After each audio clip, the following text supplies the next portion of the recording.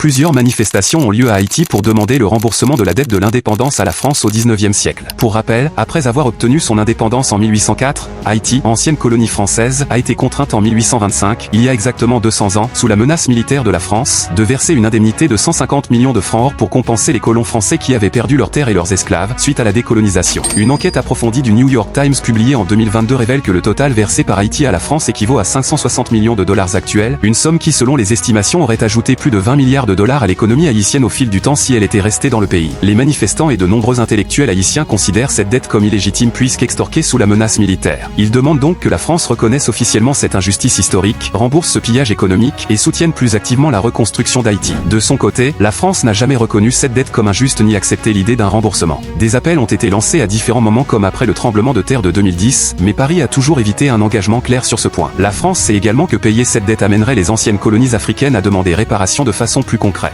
En résumé, les manifestations des Haïtiens pour demander le remboursement de la dette à la France s'inscrivent dans un mouvement de justice historique. Elles expriment également un ras-le-bol vis-à-vis des inégalités héritées de la colonisation et appellent à une reconnaissance concrète des responsabilités des anciennes puissances coloniales.